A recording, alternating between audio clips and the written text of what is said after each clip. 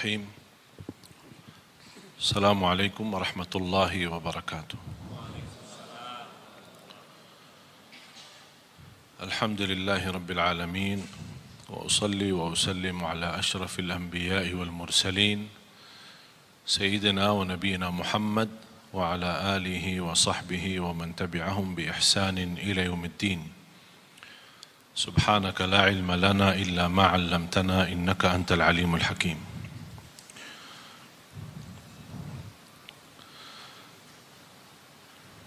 Alhamdulillah syukurillah atas izin Allah subhanahu wa ta'ala kita bisa berduduk bersama di majlis ilmu yang mudah-mudahan menjadi majlis yang bermanfaat untuk kita semua.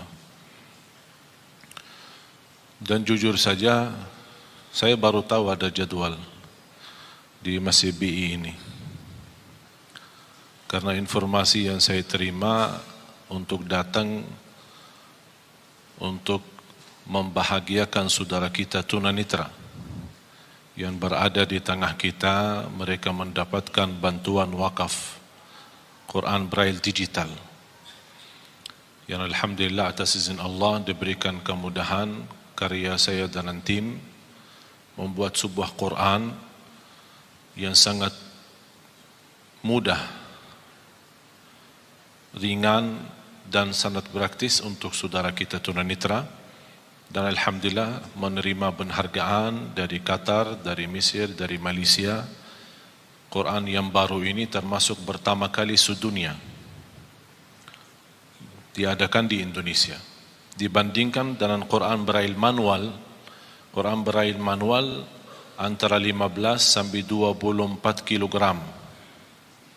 Tapi dengan Quran baru yang digital bisa dibawa kemana-mana oleh saudara kita tunanetra, dan mereka bisa menghafal, bisa mempelajari, dan alhamdulillah atas izin Allah sudah terbagi lebih dari 2.300 Quran Braille digital. Dan malam ini ada sebagian mereka yang hadir, kita insyaAllah akan bantu bekerjasama dengan guru kita Kiai Haji Agim. Terima kasih kepada beliau memberikan kesempatan kita bisa salurkan bantuan untuk mereka.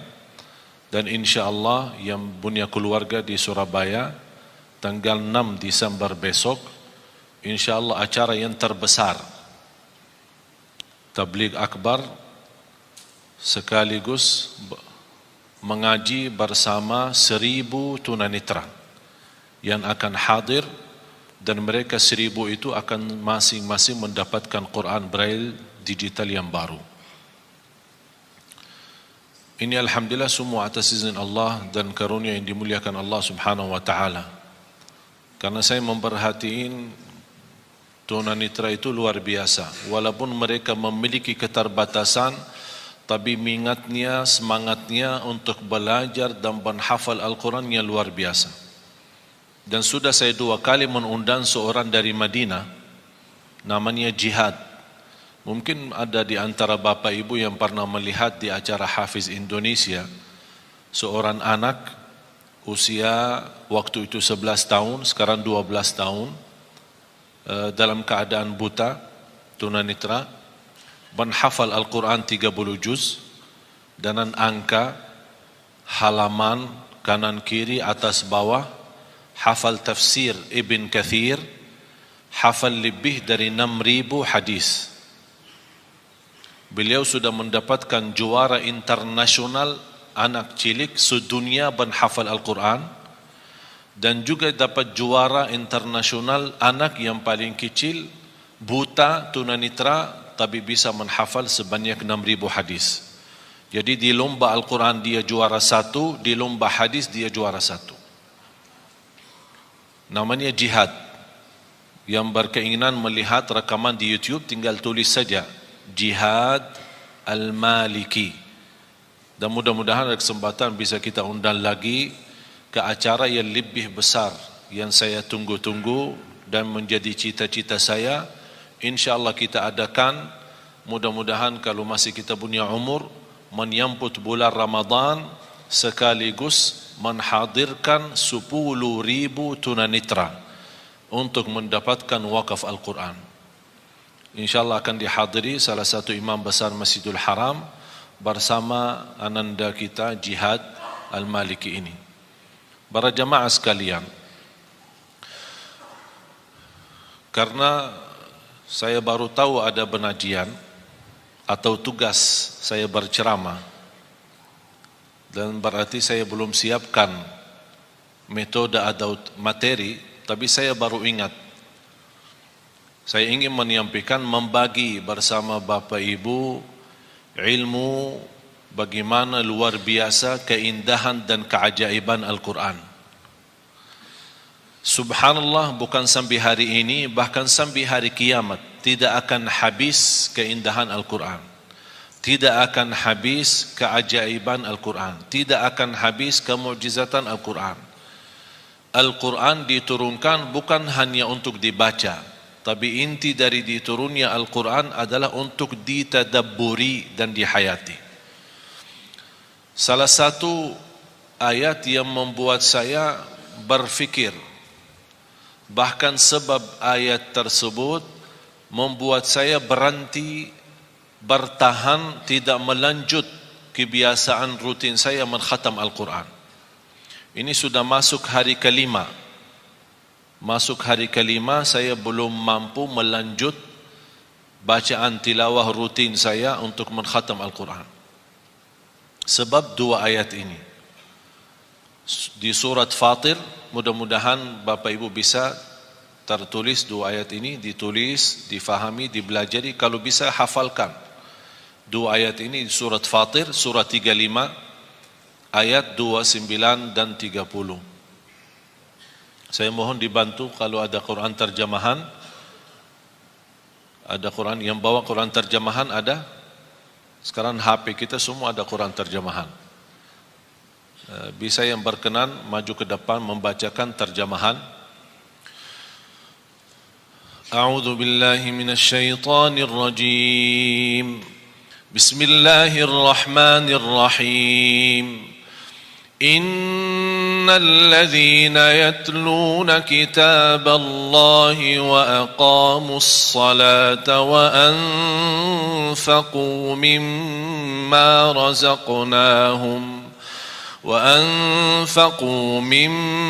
رزقناهم سرا وعلانية يرجون تجارة لن تبور ليوفيهم أجورهم ويزيدهم من فضله إنه غفور شكور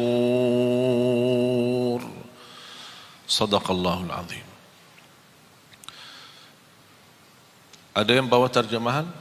Bisa dibantu terjemahannya. Saya minta, karena walaupun saya sejak kecil menghafal Al-Quran, tapi subhanallah kadang-kadang ketika membaca, jujur saja jamaah sekalian, belum tentu semua bacaan kita 100% bisa ikhlas. Belum tentu 100% bisa merasa keindahan. Pasti ada satu saat tersentuh sebuah ayat.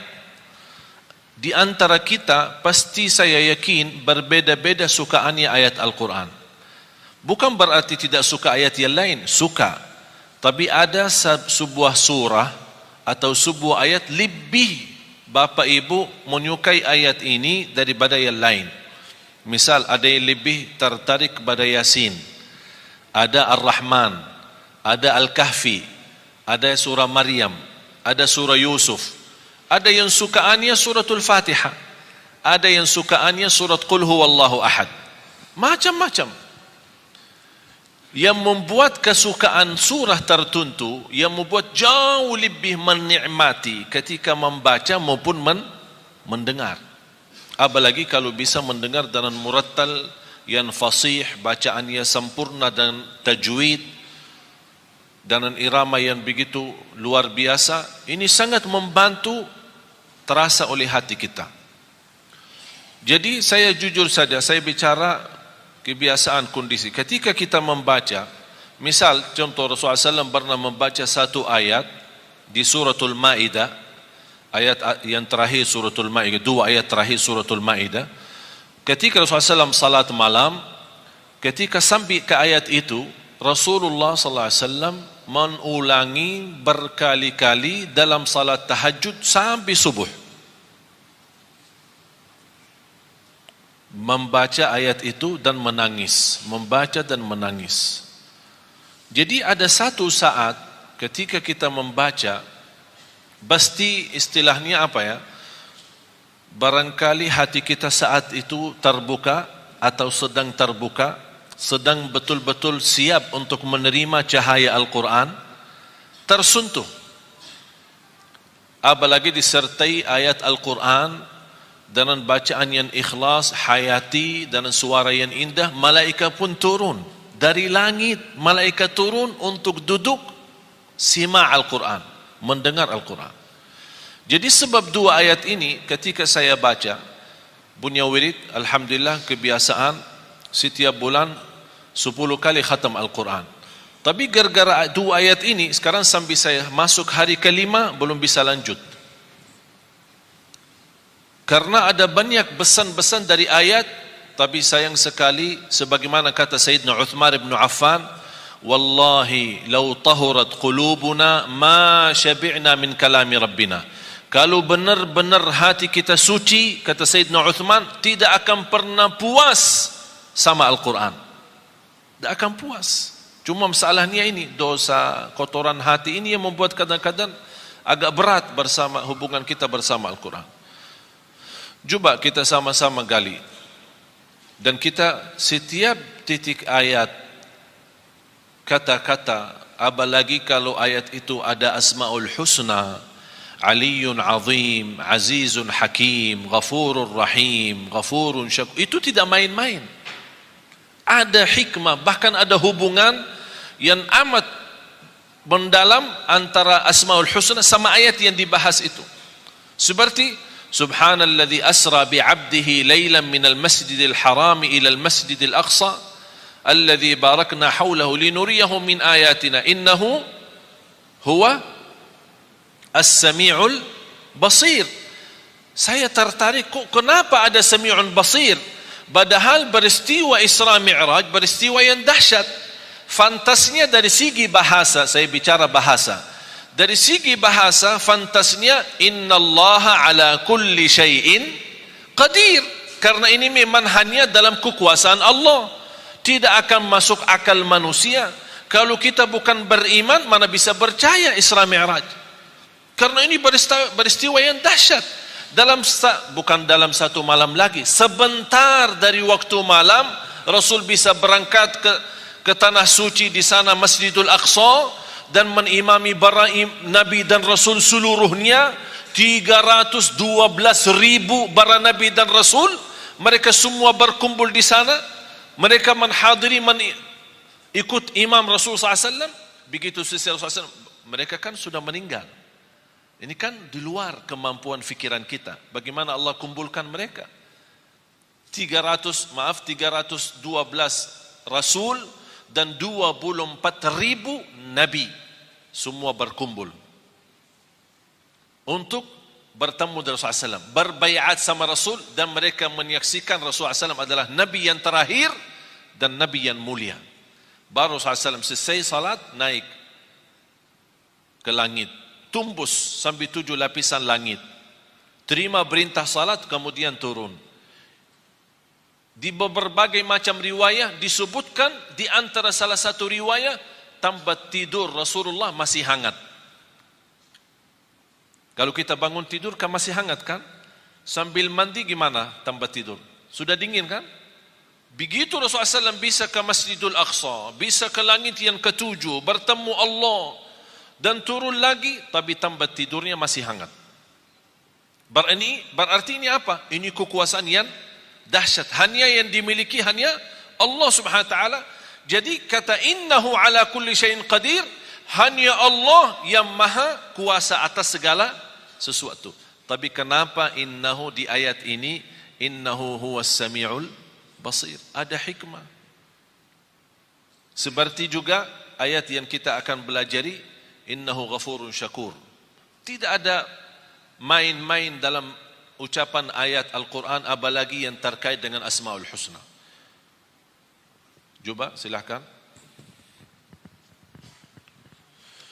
Sesungguhnya orang-orang yang selalu membaca kitab Allah, Al-Quran, dan melaksanakan sholat. Selalu, orang-orang yang selalu, ini sifat mereka. Saya cuma ingin hubungkan antara sifat mereka, apa hubungannya dengan Asmaul Husna di ayat terakhir, innahu ghafurun syakur. Di antara sifat mereka selalu membaca Al-Quran. Kalau yang selalu membaca Al-Quran bukan dinamakan qari, bukan dinamakan orang suka baca, tapi yang dinamakan orang selalu baca Al-Quran itu tilawatul Quran. Tilawatul Quran berarti itu orang yang betul selalu membaca Al-Quran. Nanti di hari kiamat orang yang suka selalu baca Al-Quran dipanggil hari kiamat, Iqra warqa warattil kama kunta turattilu fid dunya. Bacalah, naiklah, karena setiap kita baca akan naik posisi kita di dalam surga. Bahkan kata Rasulullah SAW di dalam hadis itu disebutkan warattil, tertillah sebagaimana kamu tertil di dunia. Tilawah. Innal ladzina yatluna kitab Allah. Sampai di dalam bahasa ayat itu yatluna, mereka yang selalu membaca kitabullah. Ini sifat pertama. Terus, dan melaksanakan sholat dan menginfakkan sebagian rezeki. Selalu kalau ada bahasan salat tidak ada kerjakan salat, tapi selalu ada mendirikan salat. Iqamus salat wa aqimus salat. Iqamatus, kata iqama, aqimu, ini semua bahasa mendirikan salat. Saya tidak akan teliti satu-satu karena mohon maaf kalau saya mau bahas dua ayat ini mungkin sampai malam tidak cukup. Karena dua ayat ini membuat saya berhenti, bahkan saya suka membaca dua ayat ini. Habis Allah bukakan hidayah, berkali-kali sunnah qabliyah ba'diyah, saya selalu ulang dua ayat ini. Walaupun sudah hafal, tapi namanya kadang-kadang terbuka hati kepada sebuah ayat atau sebuah pesan dari Allah yang ingin disampaikan. Jadi sifat mereka adalah yang mengerjakan tilawah, selalu baca Al-Quran. Yang kedua, mendirikan salat. Ini bahasa salat itu perlu panjang lebar kita bahas, mendalami. Yang ketiga, dan menginfakkan sebagian rezeki yang kami anugerahkan kepadanya. Subhanallah. Selalu kalau kita perhatiin, wa anfaqu mimma. Di suratul Baqarah, alladzina yu'minuna bil ghaibi wa yuqimuna as-salata. Terus, wa mimma. Dalam bahasa bacaannya pun namanya huruf kecil atau huruf tarqiq, tidak boleh dibaca wa mimma, wa mimma. Menurut saya cara Allah menyampaikan kepada kita memanjahi kita. Allah memanjahi kita, tawaran yang memanjahi kita. Bagaimana Allah memanjahi kita? Wa mimma, anugerah yang Allah berikan, rezeki yang begitu banyak, Allah tidak minta semuanya, tapi wa mimma, sedikit. Wa mimma razaqnahum yunfiqun. Tapi apa yang diinginkan oleh mereka ketika mereka berkenan menginfakkan sebagian harta yang Allah anugerahkan kepada mereka secara diam-diam maupun terang-terangan, mereka ingin terus? Mereka itu mengharapkan perdagangan yang tidak akan rugi. Ada yang punya jaminan bisnis apapun di dunia ini tidak akan rugi? Ada yang bisa punya jaminan? Allah tawarkan sebuah usaha tidak akan merugi. Itu namanya bisnis sama Allah. Tidak akan merugi, terjamin. Jangan khawatir rugi. Dan yang tiga, selalu baca Al-Quran, mendirikan salat, infakkan sebagian rizki. Dan saya ingin hubungkan, karena waktunya singkat, saya ingin hubungkan antara tiga hal ini dengan innahu ghafurun syakur. Terus? Agar Allah menyempurnakan pahalanya kepada mereka dan menambah karunia-Nya. Allah bukan hanya berkata usaha ini, bisnis ini, berdagangan ini tidak akan merugi, tapi Allah menambah supaya kita lebih yakin Allah janji liyuwaffiyahum ujurahum, akan sempurnakan pahala. Jadi jangan khawatir ketika kita beramal tilawatul Quran walaupun ada kekurangan, salat kita walaupun masih banyak bocor, belum bisa ikhlas dan khusyuk. Jangan khawatir, Allah sudah janji akan Allah sempurnakan pahalanya. Jadi jangan salah Allah hitungkan pahala. Yang penting kita fokuskan hitungkan dosa-dosa kita. Soal pahala, Allah sudah menjaminkan sempurna. Hanya cukup itu saja. Allah masih menjanjikan hal lagi supaya kita lebih mantap keyakinan kita terhadap janji Allah. Karena manusia sekarang lebih yakin kepada janji manusia daripada janji Allah. Terus apa yang Allah janjikan? Kepada mereka dan menambah karunia-Nya. Sungguh Allah Maha Pengampun, Maha Mensyukuri. Dan menambah karunia-Nya. Di sini apa karunia? Allah sebutkan? Allah tidak sebutkan. Ada sebuah istilah dalam bahasa tafsir, kata ulama, kalau Allah menjanjikan sesuatu, tapi Allah sembunyikan, tidak sebutkan, seperti kata ini, Allah menjanjikan sempurna pahala dan menambah karunia. Di sini karunia tidak disebutkan. Karunia apa? Kata ulama, itu namanya akan Allah memberikan kekaruniaan yang tidak ada batas. Yang jelas, karunia tersebut akan pasti menenangkan hati. Sebagaimana janji Allah di surat As-Sajdah. Saya sambungkan ayat ini dalam surat As-Sajdah ayat 16. فَلَا تَعْلَمُ نَفْسٌ مَا أُخْفِيَ لَهُم مِّن قُرَّةِ أَعْيُنٍ جَزَاءً بِمَا كَانُوا يَعْمَلُونَ. Tidak ada jiwa pun yang bisa tahu apa yang telah dirahasiakan, disembunyikan oleh Allah dari karunia-karunia yang akan menenangkan hati. Itu kata siapa? Allah. Yang jelas akan menenangkan hati. Mengapa ada bahasa yang akan menenangkan hati? Karena keinginan kita beda-beda. Ada orang diberikan mobil, belum tentu hatinya nyaman. Ya, terima kasih saya dapat mobil. Tapi dia punya keinginan yang lain.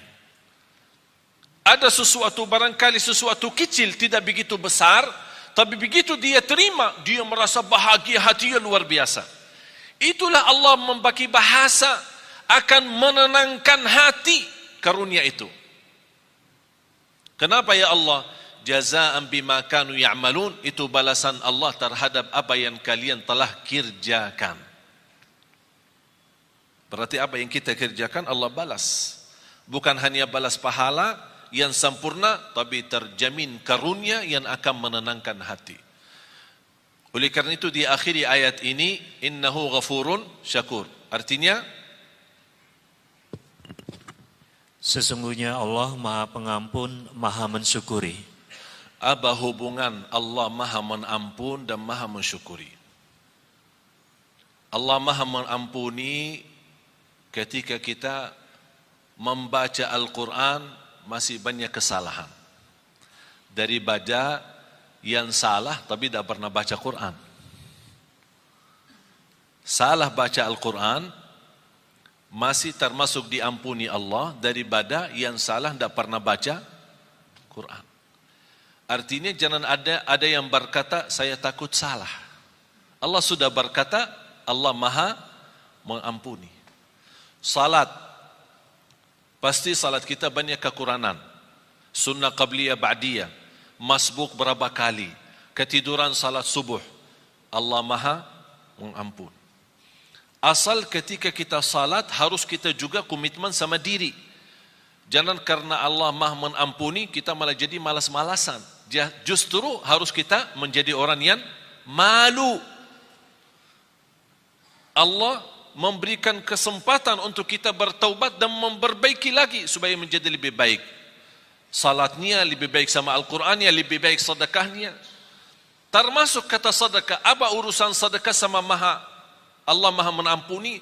Pasti dalam memberikan sedekah kita tidak akan terlepas daripada sifat bangga.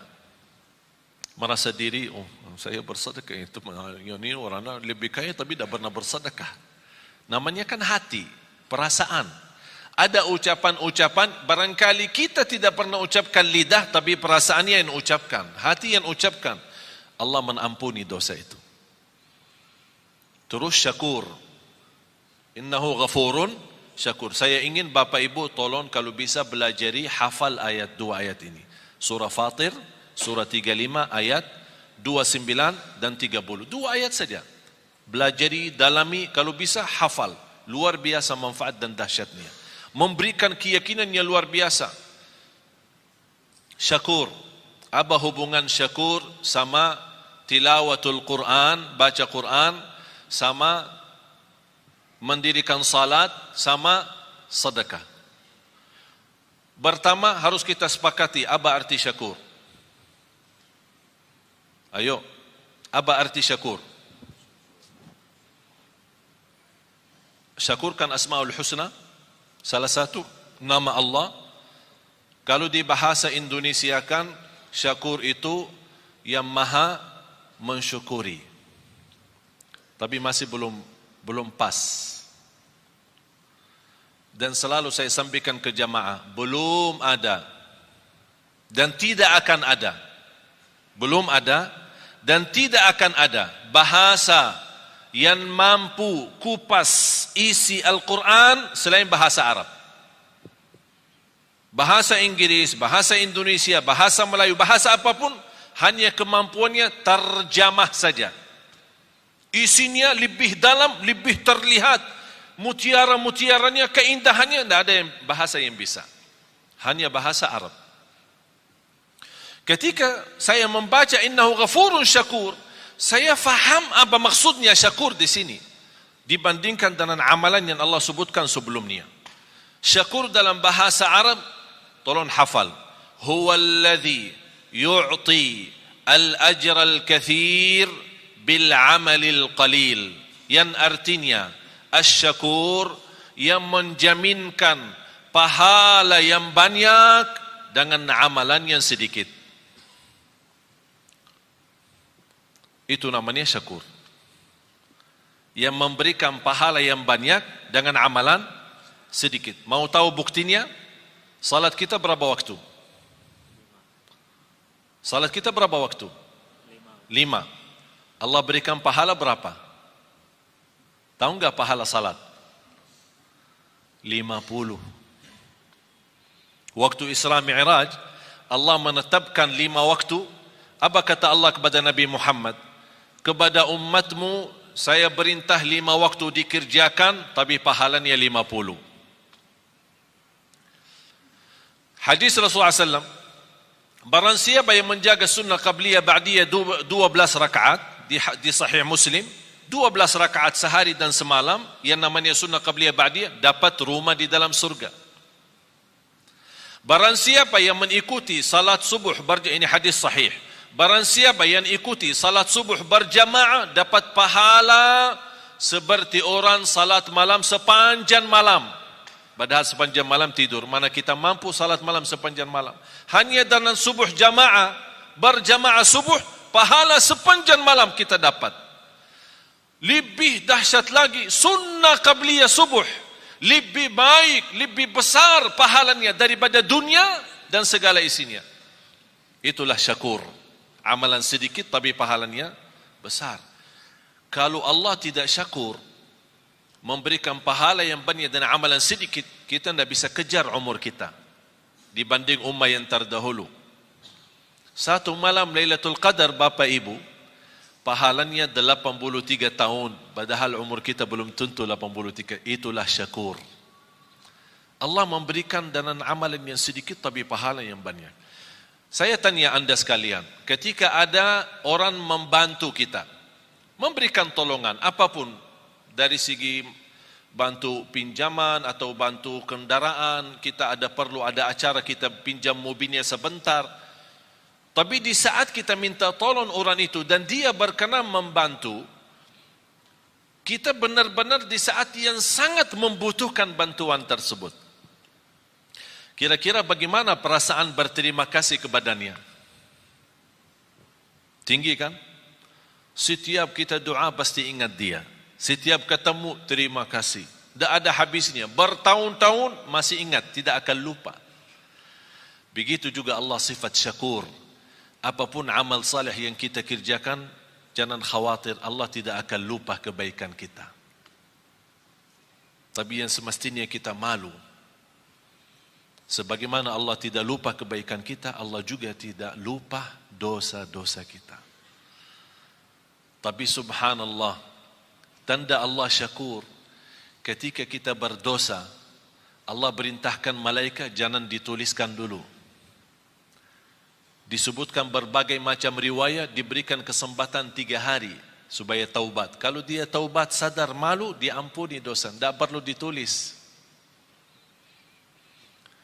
Dan begitu luar biasa syakurnya Allah kepada manusia. Dan amalan yang sedikit diberikan pahala yang banyak. Dan sedekah Allah subhanahu wa ta'ala, ini saya kaitkan antara hubungan Quran, sedekah sama syakur. Yang kita beri kepada Allah berapa? Dan yang Allah berikan kepada kita berapa? Rizki yang kita miliki Bapak Ibu, kalau kita mau hitungkan harus kena denda dan bayar, mana orang sanggup? Setiap mau hirup udara yang segar harus bayar. Setiap mau buka mata harus bayar. Mau tutup lagi harus bayar. Mau bergerak satu langkah harus bayar. Sanggup gak hidup? Tidak bisa. Tapi Allah memberikan banyak. Dan Allah tidak minta yang banyak. Zakat pun yang namanya zakat harta 2,5%.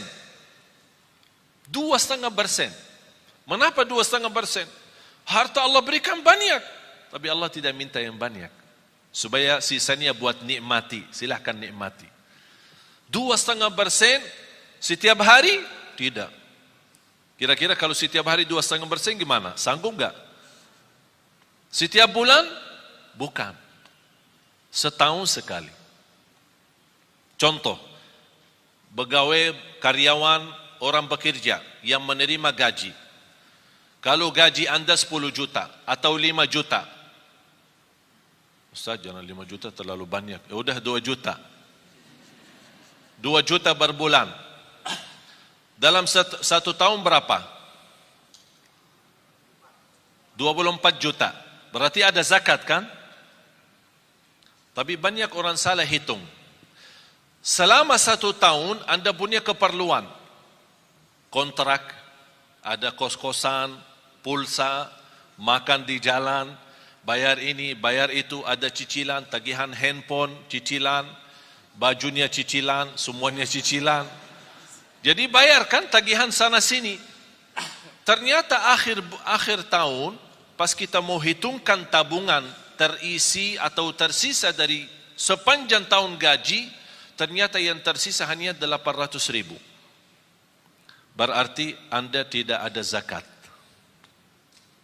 Anda tidak ada zakat. Karena yang terhitung bukan berapa gaji, tapi berapa yang tersisa dari gaji. Faham Bapak Ibu? Tapi kalau bersedekah bebas. Zakat wajib, sedekah bebas. Bahkan ada orang punya kelebihan bersedekah tapi tidak pernah zakat. Mengapa tidak pernah zakat? Karena tidak pernah ada uang. Begitu datang uang, sedekah. Datang uang lagi, sedekah. Berarti zakat tidak ada. Alhamdulillah sekarang umur saya 39, sebentar lagi mau 40. Saya seumur saya, sampai titik ini, saya tidak pernah zakat harta. Tidak pernah zakat harta. Kok masa Ustaz tidak pernah zakat? Kan zakat salah satu rukun Islam. Tidak pernah zakat. Mengapa? Karena saya tidak suka simpan duit. Tidak suka simpan. Kalau begitu suka simpan, Allah ajarkan, jangan lupa zakat. Supaya Allah biasakan manusia jangan suka simpan duit. Jangan terlalu cinta dunia. Kalau sudah duit terkumpul, begitu mulai kurang angka-angkanya, mulai pusing, sakit. Yang awal-awalnya 50 juta, banyak nolnya, begitu kurang nol, ini nolnya kemana ini? Ternyata nol berharga. Allah mengajarkan supaya kita jangan terbiasa cinta nol itu. Supaya mudah membagi. Banyak yang Allah janjikan. Oleh karena itu, titipan yang Allah berikan itu pun Allah tidak perintahkan harus keluarkan semua. Hanya sebagian. Karena Allah syakur, akan Allah berterima kasih kepada anda yang berkenan menwakafkan, berkenan membantu, berkenan mensedekahkan di jalan Allah. Bagaimana tanda Allah berterima kasih kepada kita? Akan Allah berikan kelebihan dan karunia yang Allah sudah janjikan dalam ayat itu.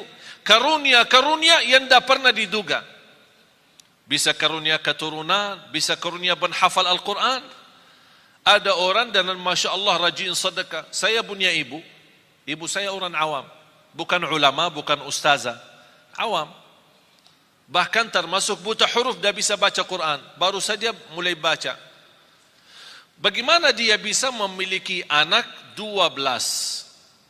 Termasuk saya. 12 bersaudara, 9 laki-laki, 3 perempuan. Di antara 12, 10 menghafal Al-Quran 30 juz, bukan juz 30. Soalnya mohon maaf, kalau di Indonesia bilang hafiz, banyak orang bilang hafiz. Tapi hafiz cuma juz amma, juz 30. Sudah dianggap diri hafiz. Kalau gelar hafiz kita di Madinah, kalau orang sebut hafiz berarti yang dimaksud hafal 30 juz.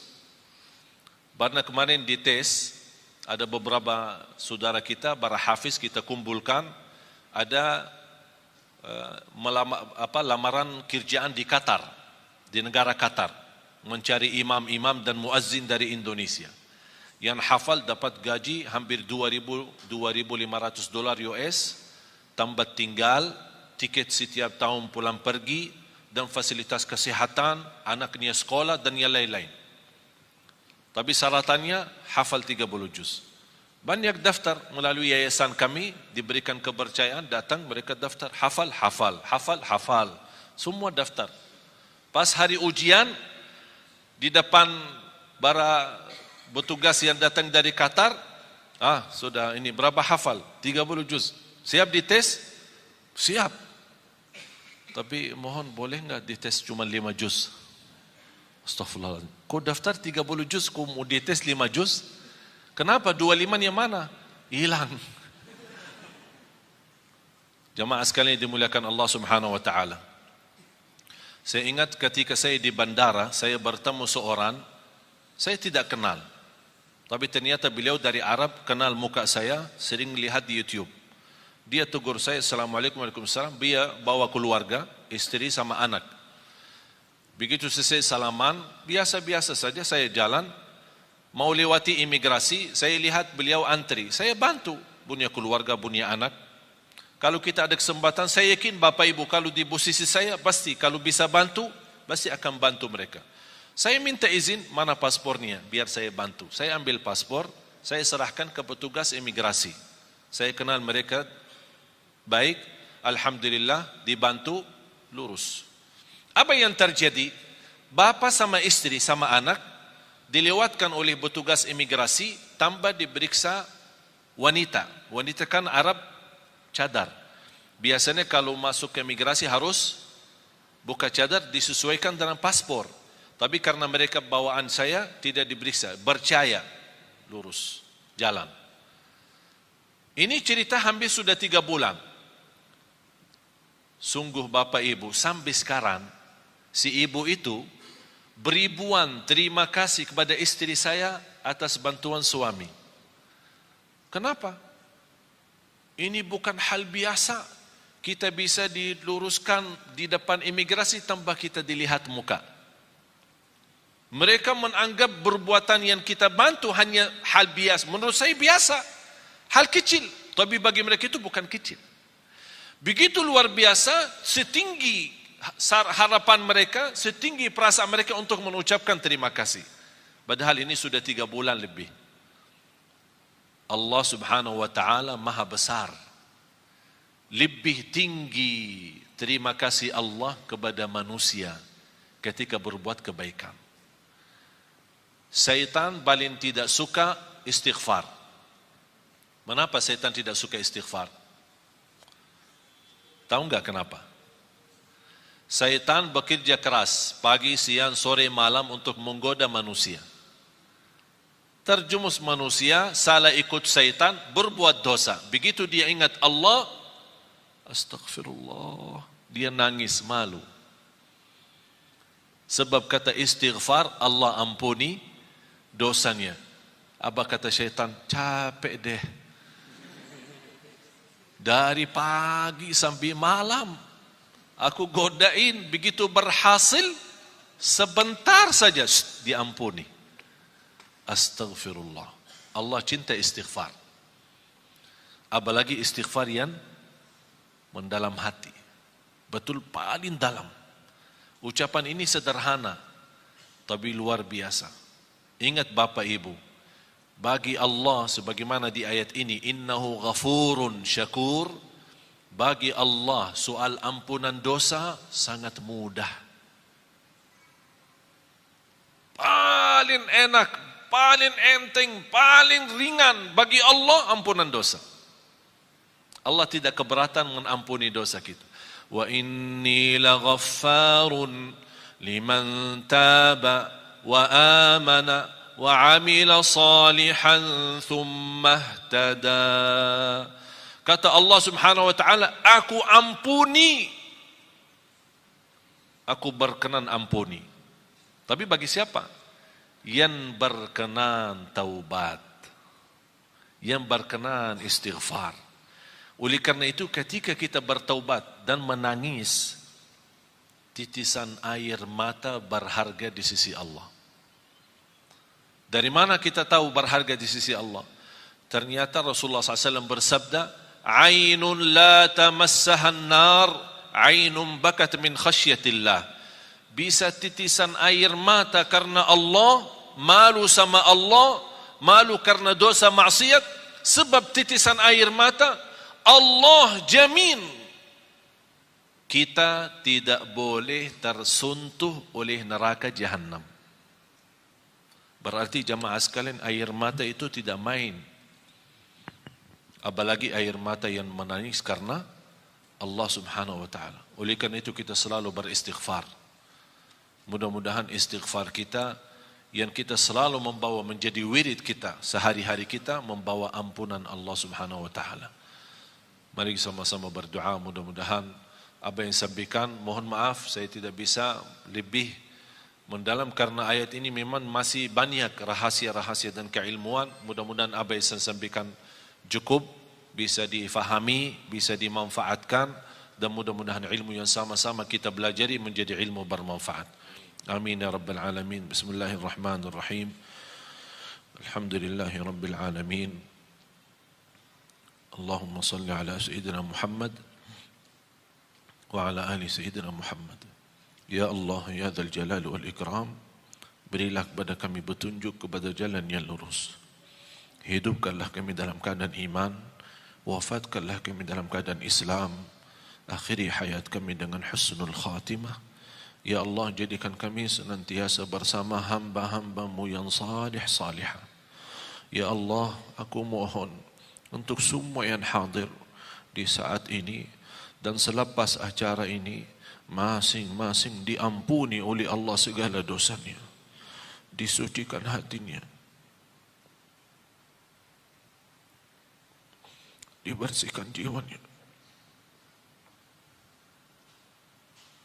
diselamatkan setiap langkah-langkahnya.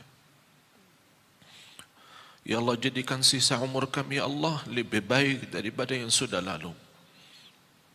Pimpinlah kami ya Allah agar kami membawa keluarga bahagia, sakinah mawaddah rahmah. Keturunan kami anak salih salihah. Ya Allah, yang belum berjodoh berikan ya Allah berjodoh yang menenangkan hati, yang membawa nama baik Islam untuk keluarganya. Birahmatika ya arhamar rahimin. Atas izin-Mu ya Allah, kami sama-sama berkumpul di masjid ini.